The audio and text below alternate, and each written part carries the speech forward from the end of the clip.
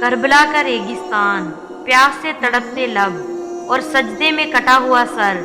ریگستان، خیمے، تلواریں، پیاسے بچے، آسمان کی طرف نگاہیں۔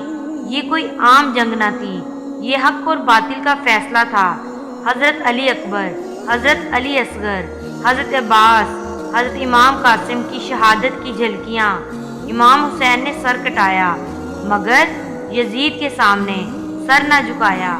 ظلم کے خلاف سب سے بلند آواز کربلا کی خاک پر لکھا گیا۔ قربانی کا وہ باب جو رہتی دنیا تک زندہ رہے گا۔